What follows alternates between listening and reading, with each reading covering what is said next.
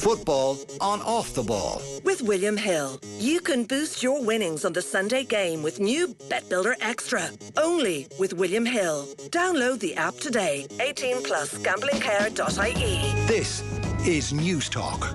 All right, we're looking ahead to the weekend's football action in the FA Cup and in the Women's League Cup.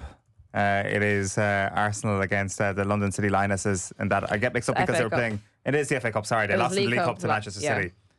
My apologies to Arsenal. We're all going for like massive wins for Arsenal in that fixture as a spoiler, which could be a decisive factor in where this league table goes over the course of this weekend. Feels that everybody just plays it safe at this point for all these predictable sort of Premier League fixtures, but a cup weekend does tend to change that. Let's have a look at how the standings look after last weekend.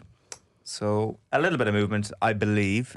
Will still on top, 5 points clear of Mick. Cullum at the bottom on 39 points. Kathleen, it's been a while since you've been in here. How are you happy? How are you happy with your season and how it's going at the moment? 46 points, I think, is what it says there. Not particularly. I was doing a lot better apart from last weekend, and then I kind of phoned a few of them in a little bit. I yerred away the Arsenal win, which is totally fine because I enjoyed the game in the moment, but didn't get any points out of it. They wouldn't have won without that. Exactly. It was all me, Eoin. It was all me.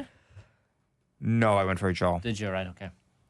So, yeah, that was disappointing. You kind of come away with some sort of who you got remorse. Yeah. If you don't back Arsenal, for example, to win a game and then they go on and win the game. You're like, you should have had more faith. But maybe as they proved midweek, having faith in Arsenal is not a fruitful pursuit. There's a lot of draws. I feel like I sometimes, and it is sitting on the fence, you go for a draw in those big games. Like, if it's Arsenal City or it's Liverpool City, I look back at my scores, I'm like, Jesus, I just kept going for draws in those big games. And a lot of people do the same. I think there's that fear of calling the big games particularly. I think the old 2-1, that's the one that gets everyone. So it's such an easy result to just throw in there, be like, it'll be a nice little 2-1. Yeah. And how often do those actually happen? I know, it's a fair point. Yeah, it is. Yeah, I think you should be playing this game boringly, although I've got no idea how Will has been playing it, but he seems to know more than we do about what's going to happen in the future. Let's have a look at our first fixture this weekend, which I believe is going to be Aston Villa versus Tottenham. All eyes on one man this weekend. Two of our team are going for Villa to win. Sorry, two penalty shootouts here. Ger's going for a Villa win on penalties. Nathan's going for a Spurs win on penalties. They're both going for a 1-1 draw after extra time. I thought Mick had something that resembles an after extra time win for Aston Villa, but he's going for 3-2 Villa. And really everybody other than yourself, Shane, is going for an Aston Villa win, so you're backing Spurs. Which is a very difficult thing to do. Spending too much time with JD. I know, possibly. Saturdays and Sundays are killing me, you see. Just the Spursiness seeps into my veins being around John, which isn't great, from a general the most cutting thing you could ever say about a human being. Yeah. But apart from that, John's great. So to open up the Ger Gilroy line, open up the kimono. That gets coined way too much. It does. I really hate that I don't line. even know what a kimono is. What is a kimono? So this prediction of Spurs to win was made before last night, and Spurs' abject performance last night. So yesterday afternoon I said, I think Spurs, in the Cups they're going well. They've got a semi-final second leg tonight, which was last night against Liverpool, and the FA Cup the weekend, and I just was quite optimistic about Spurs. If I could change, and I don't think we can change, I probably would be changing. To be honest with you, it's a great start. Yeah, I'm not behind it whatsoever. Like, Spurs to win 2-1 away at Aston Villa, it sounded like a great thing at the time. It looks terrible now in hindsight. The only other thing you would say is Ange Postecoglou, of course, at the start of the season said, I always win a trophy in my second year. This is his second year, and by all accounts the FA Cup now is the last trophy standing for his Spurs team, so he's got to push on and do it. It's a very, very difficult fourth round tie to play Aston Villa away. There's always something just about playing Aston Villa in the early rounds of the FA Cup, the third, fourth, fifth round, especially away from home, that feels especially difficult. Villa Park is there's real cup stadium atmosphere to Villa Park for some reason. And then Spurs obviously had the injuries as well. Richarlison gone, Matthias Tell forced into probably an earlier debut than maybe Ange Postecoglou had hoped. But Villa haven't got past the fourth round since 2015 of the FA Cup. They just don't have deep FA Cup runs in them in recent years, in the last 10 years. So for that reason, albeit tentatively, I'm going to go and stick with my Tottenham 2-1 away win. Yeah. That was a journey you took us on there. I was trying to get to the destination eventually myself. I didn't know where I was going with it, Kathleen. We got there. We've all actually gone kind of conservative, bar like Cullum and Will in this game, considering how leaky both defences are. Yeah, it could be a 4-3. True, and I think that's actually what's going to be relevant to our charity bet in a moment. I think eventually yesterday, Nick was like, enough of this. We know it's going to be a high-scoring game. Both teams are probably going to score, and that's how Aston Villa versus Tottenham tends to go. We should say that Tottenham can still win the Europa League, and this is not necessarily the last bastion for them to actually go and win a trophy. But I do appreciate how you've taken Ange at face value and said, he says I always win a trophy in second season, therefore it's going to happen. But you wouldn't be particularly surprised if they were to pull a performance out of nowhere. It's impossible to talk about this game and look ahead to it without talking about Marcus Rashford. What's your general sense of optimism for Rashford that he can have a good 5 months here? I mean, it's been such a weird couple of months for him that I think it's going to go one of two ways. It also depends on how much playing time he gets over the next while. You know, I don't see him being thrown straight in there. It's all going to depend on what they see from him in the training field. Obviously, before he went, Amarin was making lots of noise and linking, well, not necessarily saying his name, but kind of linking him to bad attitude on the training pitch and different things like that. Now, you would think that a lot of other stuff coming out of the camp is that he didn't actually have that bad attitude, so was it just a case of personality clash? But I'm hoping for his sake that it is a fresh start, that he gets back to scoring ways. It would be quite funny if he did start scoring a load of goals and all of a sudden Manchester United were sitting there scratching their head being like, oh, we actually did have a talented young English player at our midst. Do a Scott McTominay on it. Basically. It's Amarim has obviously been speaking about this week, but there's embargo quotes that came out this morning, which sheds a bit more light on it. I couldn't get Marcus to see the way you're supposed to play football and to train the way I see it. Sometimes you have one player who's really good with one coach and the same player with another coach is different. I just wish the best of Rashford and Unai Emery and hope they connect because he's a very good player. Bit of the old criticism sandwich there. Well, actually, no, it's just criticism and then a bit of positivity at the end. I couldn't get him to play football the way you're supposed to play and train the way I see it. It still is. Like, even though he's technically not his problem for the next few months, you're still sticking the boot in there, which is the main reason why I think a lot of people will have reservations about what Marcus Rashford will do this season. You can't put the genie back in the bottle with regards to commitment and motivation. The question then is the base level talent. And for me, the biggest level of hope that I'd have for Marcus Rashford is the fact that Unai Emery and Aston Villa are a smart club. They've done smart things over the last number of years and nobody was forcing them to take on what some people would see as a burden. So that's why I've got this unreasonable level of hope that Marcus Rashford can actually do something quite good at the end of the season. But as you say, Kathleen, like if you're just looking at him purely as a footballer and in his current guise and forgetting like his high points for Manchester United, forgetting his level of profile, if he's just another footballer, he probably just bolsters their attacking options. Probably doesn't start. Like if Nick was here, he'd probably say that Ramsey should always be starting for Aston Villa. He rates him very highly. You've obviously got Rodgers in there and Watkins in there. And where does Marcus Rashford play then? Because you're not going to play him in the central position behind the striker. You're not going to play him in the striker position. And you're not going to play him at the left which is where Ramsey plays. So their Rashford's positions all sewn up. So maybe he's just somebody who bolsters those spot positions. But then again, in a cup match as well, is it also the sort of place where you do see him get the opportunity to come straight into the squad? I mean, well, that's what I said. I said the charity bet I was trying to push for a Rashford anytime goal, and partly because I thought, well, maybe he could come off the bench and score, but also partly because United fans have a bit of scar tissue from players who leave the club and were brutal at the club and end up being really good when they leave. Like Gerard Piqué comes to mind, Memphis Depay comes to mind as players who just left and went on to better. Even Lukaku, like woeful at Old Trafford, and then went on to fairly decent things thereafter, started scoring goals again. So there is the fear from Manchester United fans that Rashford will immediately start scoring for Villa. Some of those comments from Amarim, even where he says just some managers and players don't see eye to eye, and maybe himself and Unai Emery can see it. Like there's a lot of reading between the lines of what Amarim has said there. We don't know exactly what's happened in training. That there's an arrogance to what he's saying. Like, I couldn't get him to play football the way you're supposed to play football. I couldn't get him to play what I wanted, my style, my thinking around things, and then to try and temper it with, some players and coaches just don't get along. Maybe what Amarin's style just wasn't Rashford's style. Now, you could probably say that Rashford's problem started long before Amarin came in anyways. But I do feel like Emery, if someone was to mould Rashford into, I don't know, a version of what we expected him to turn into, or to bring him back into some sort of level of competing regularly, I do think Emery is probably quite well placed to do that if he feels like their footballing styles will match.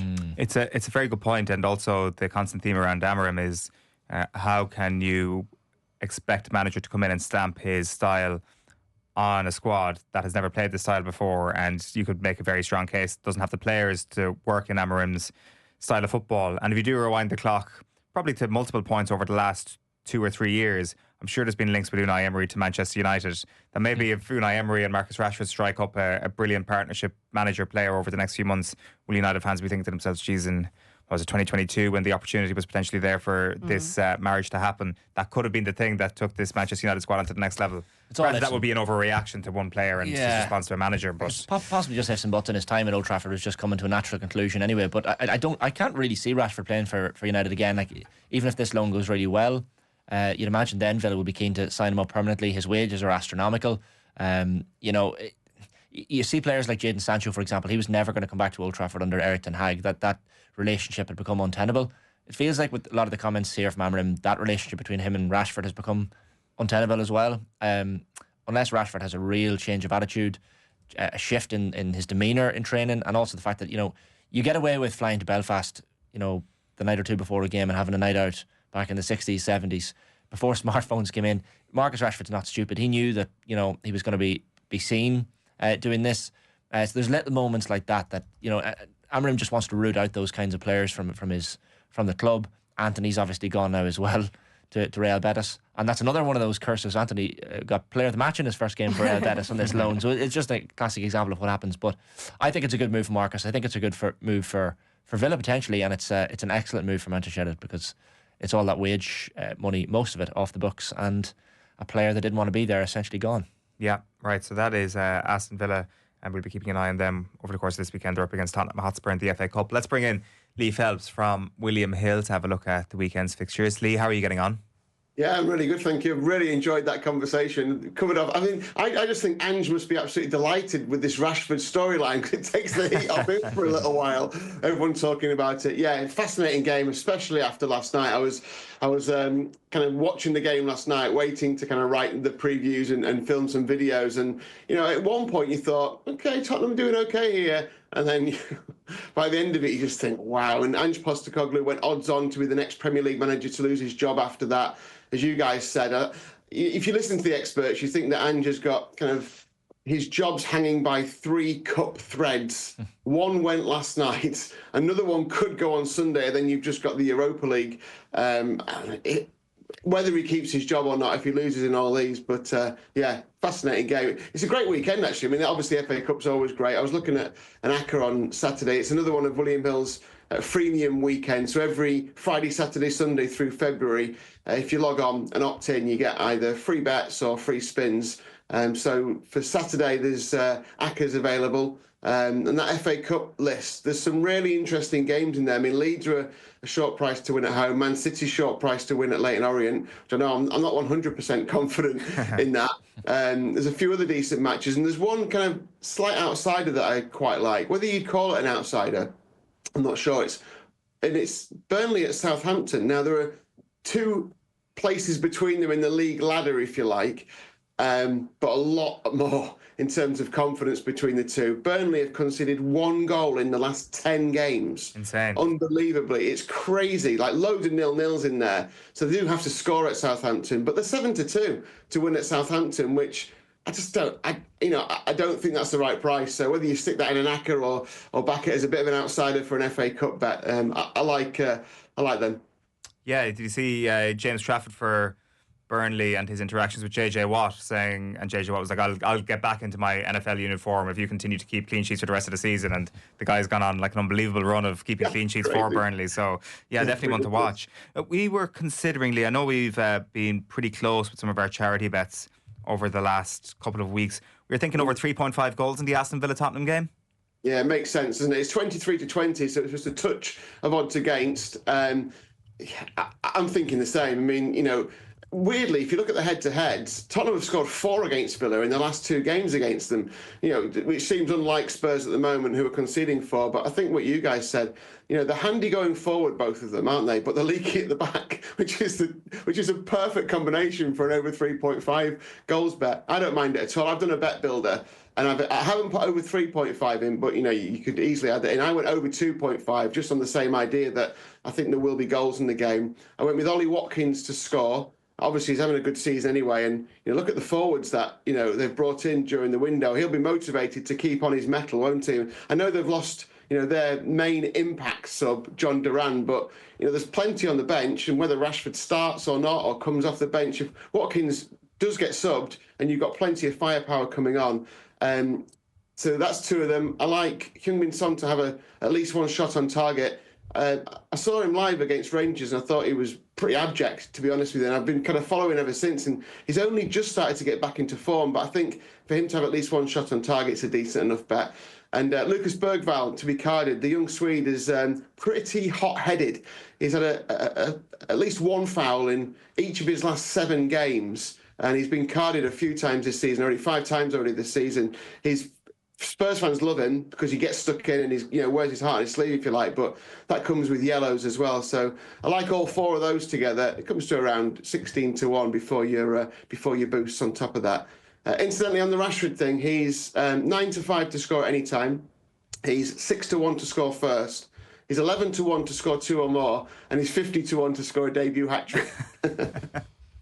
On last week, Lee, I think we kind of powered on with our own charity bet, but did we ignore good advice from you? Because when I was watching the Arsenal City game, I think in the first second of the game, Kai Havertz gets a shot on target, and I know you'd mentioned that last week. So I don't know. Maybe we're better off just listening to you and then making our charity bet. The bet builder didn't land, so that was one part of it that landed. But I mean, the thing is with these bet builders is, like, I always put a suggestion up each week, and they're pretty hard to land, to be honest with you. So I think it's a case of like having a look at them and listening to my bet builder. You could quite easily put over 3.5 in, and it'll bump it up quite a bit more.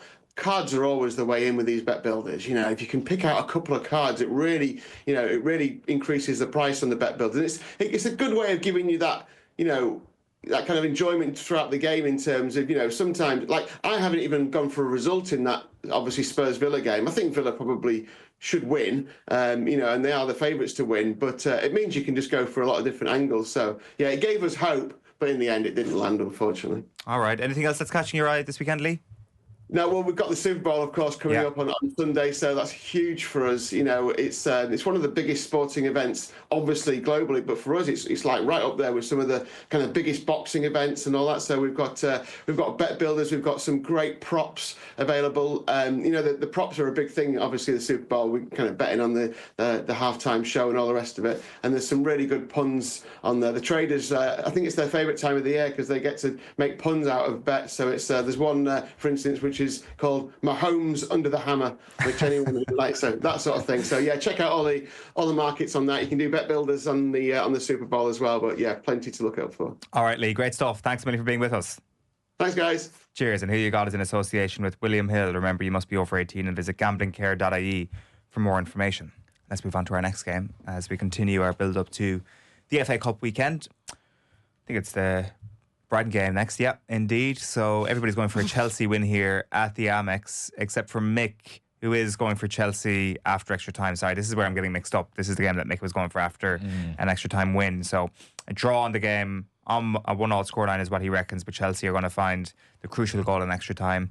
Everyone here backing Chelsea, I presume this is all on the back of Brighton taking an absolute battering against Nottingham Forest last week. Yeah, and all 3 of us going for a 3-1 away win as well, which is mysterious and kind of creepy. Well, I don't know who put in the decisions first there. Might be copying each other to an extent. Like that 7-goal hammering by Forest was the worrying one for Hurtler. And it was also his reaction at full time as well, where he kind of only he went over to the away fans and was very half-hearted in his kind of applause, and it just looked like a man who's downbeat at the recent form, because you look at the start of Brighton's season and they're getting big wins, and they beat City and beat United, and they were just beating teams that you wouldn't fancy them necessarily against. Maybe you'd fancy them against United, in fairness. But there's just something going wrong, and the wheels are starting to not quite come off. They're still 10th in the Premier League table, and they can still push on and have a nice run of games and still push on for European football. But certainly, of late, you'd have to say that there are issues with that Brighton team. Obviously, Evan Ferguson won't be involved now. It'd be interesting to see how he fares at West Ham. But he was right to move. He wasn't getting the proper game time at Brighton. And it just feels like, even though this game is at the Amex, Chelsea will fancy it. And if you look at the record in fourth round ties in the FA Cup, the past 28 seasons, 26 times have got through to the fifth round. So they know how to get over this game. They're 8-time champions of the FA Cup as well. So going to be a tough afternoon, I think, for Brighton. Did feel relatively kamikaze, the Brighton approach, the Nottingham Forest game last week. One holding midfielder in Hinchelwood, I think, believe is going to be back this weekend, or at least it wasn't a severe injury that kept him out, and he's been one of their shining lights this season.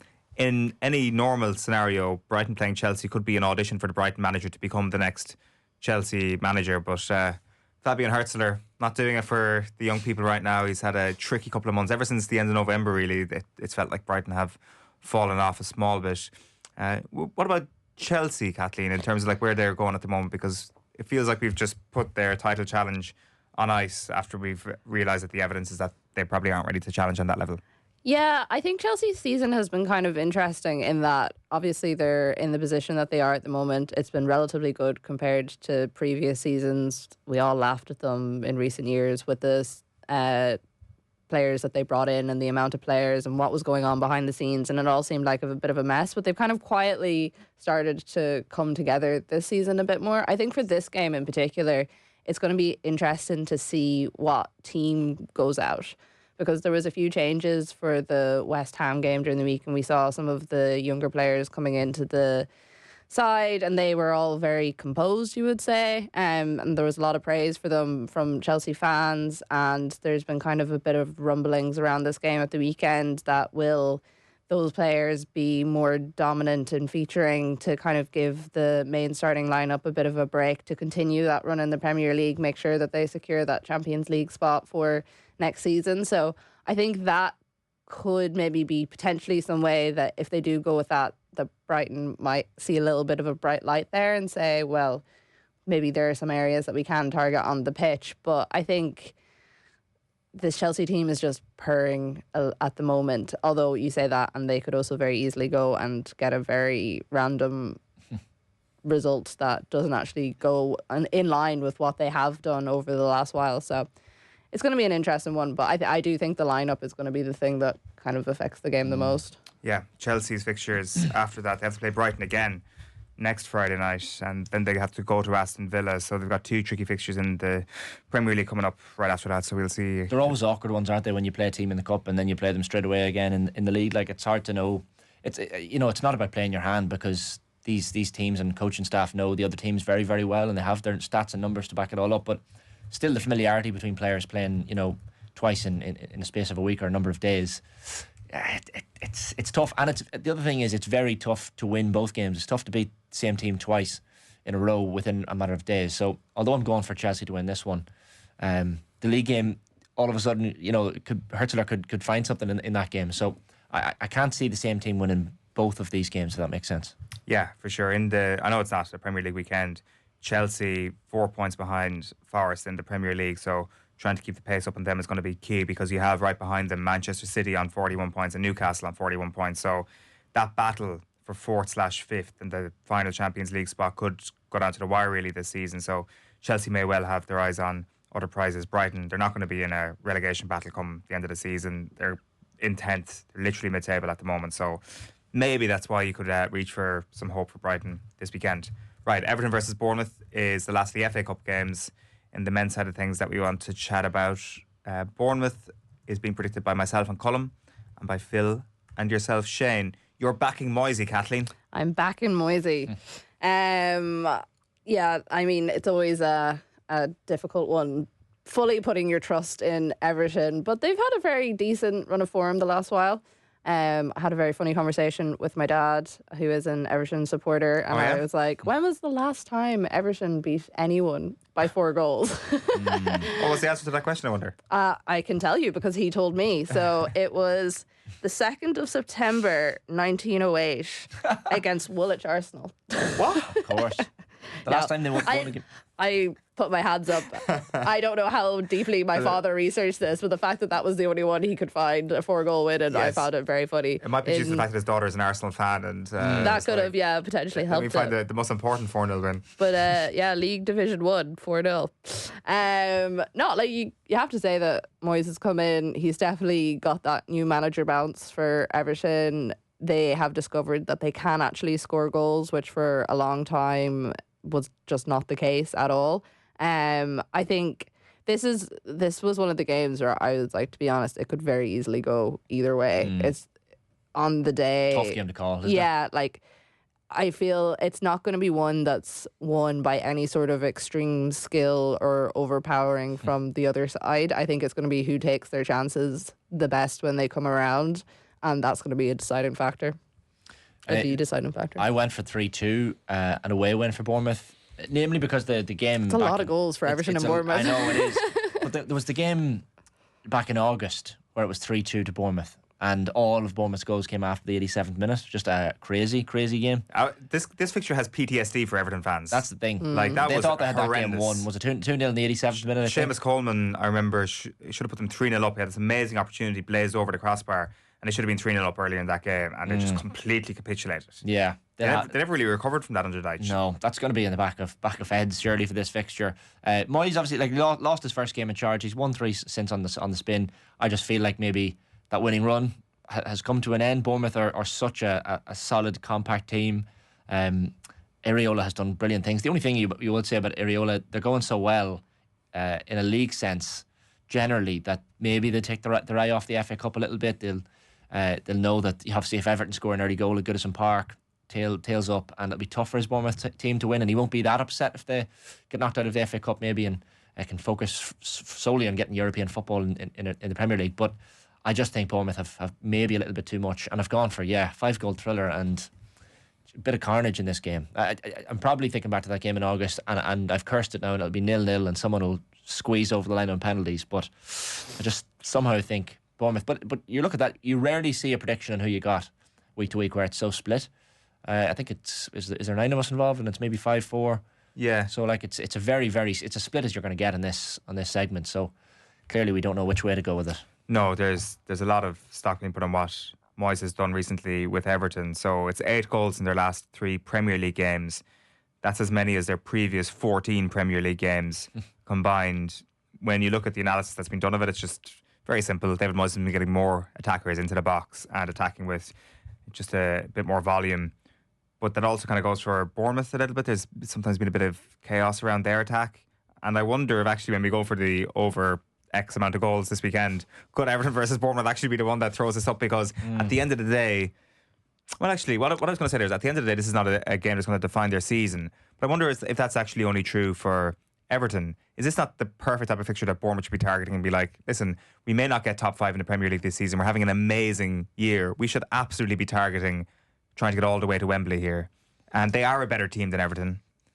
Like, pound for pound, they should be able to win this game this weekend. Should they not be throwing all their eggs in this basket and going for something that's going to give their fans memories to last a lifetime? I know I should be agreeing with you because I've predicted Bournemouth to win this game, but I almost feel like, especially at home, Everton, and because Everton have such an FA Cup pedigree, I know it's been 30 years since they last won a top tier trophy, but this is a team that in recent memory has won the FA Cup. And I say recent memory, start of the 90s, wasn't it, when Everton won the FA Cup? But they've lost a couple of cup semi-finals since. I remember they lost to Manchester United one of the years. So they get close. They like a cup run, Everton, and when it's at Goodison Park, you'd certainly fancy them. But the only reason I opted for Bournemouth is, I guess, things could go wrong very early doors in this game for Everton, and as we know, it'll be in the back of their minds, as we said, a 2-0 lead on 87 minutes. Anything can happen against Bournemouth. Is it not more important for Everton to go on a run in the Cup than Bournemouth? Because Bournemouth's season is going to be viewed as successful, most likely, unless they dive off a cliff in the next couple of months. Whereas for Everton, it's been a pretty dire season. Now, hopefully they should avoid relegation. They're like, 9 points ahead of Leicester at the moment, so that should be enough, provided that they don't get another points deduction or something. But, you know, if Moyes comes in, does a run in the cup, gets Everton scoring goals again, I feel like that's going to be seen as a bigger achievement for him than, like, Bournemouth have almost already achieved what is good for their season. Yes, they can add to it, but Everton could actually totally change the outlook of the season. Yeah, you're right. And I also think that after those last 3 games, I'd be very surprised if Everton got relegated. And I think that their form dictates that, not that they take the foot off the pedal in the Premier League whatsoever, but I think you're right that they're, like, for Everton, going and actually focusing on this might actually be something that that would be worthwhile. Also, on the Bournemouth point, like, I'll have my reservations about even Forest getting into the top 5 at this point and kind of seeing how the season develops on that front.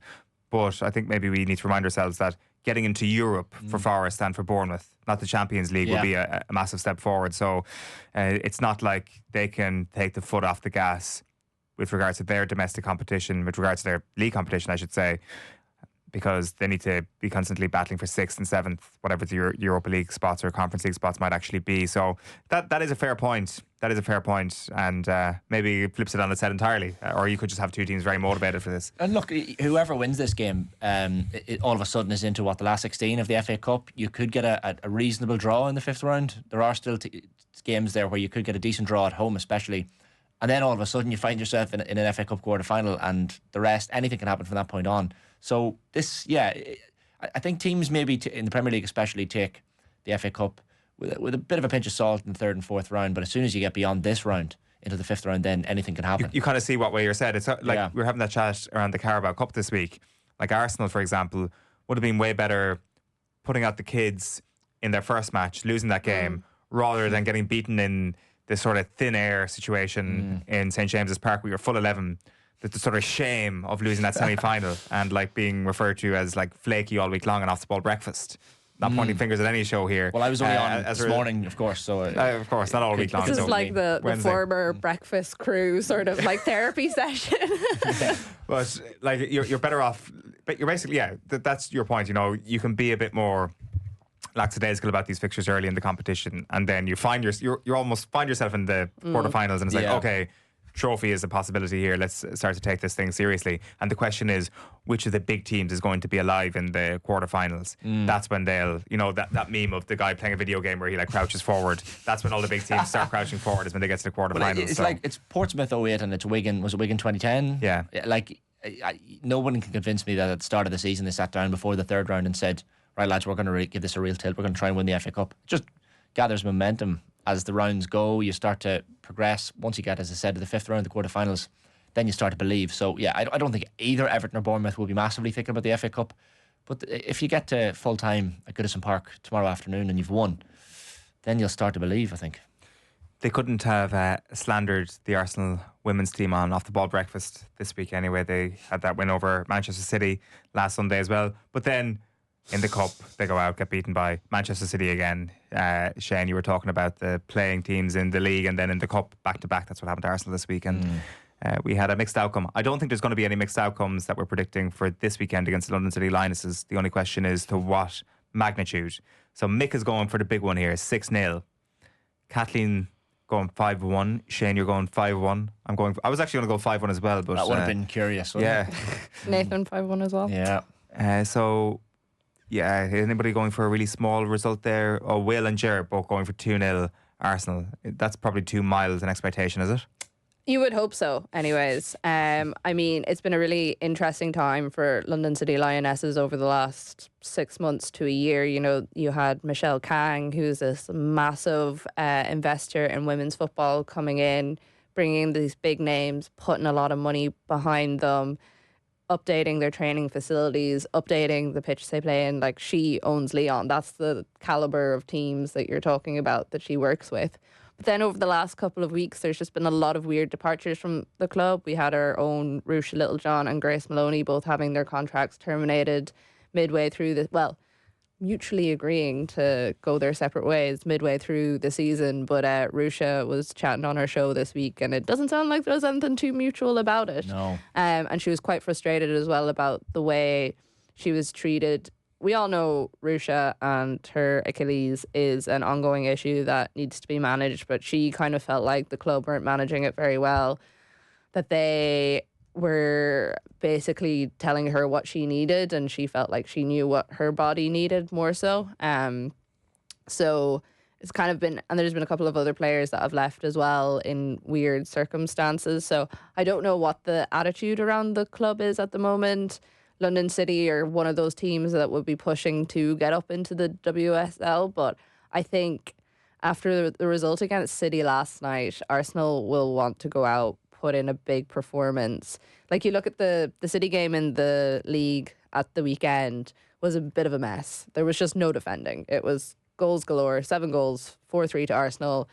It was basically a case of when it gets to 90 minutes, who is going to be the lucky one that's a goal ahead. You know, you couldn't have really said that one team was necessarily remarkably better than the other. And then last night we saw a much more cautious approach from both sides, and it took basically a bit of brilliance from Mary Fowler in the 95th minute to edge City across the line against Arsenal. I think what you'll see at the weekend is Arsenal going out to prove that they can score goals, that they aren't a flaky team, which is something that has also been put at the women's team at times with their kind of up-down nature, which has changed. It's gotten a little bit more steady since Renee Sleggers has come in there as the permanent manager. But I just think this Arsenal side should have too much power for London City at the moment.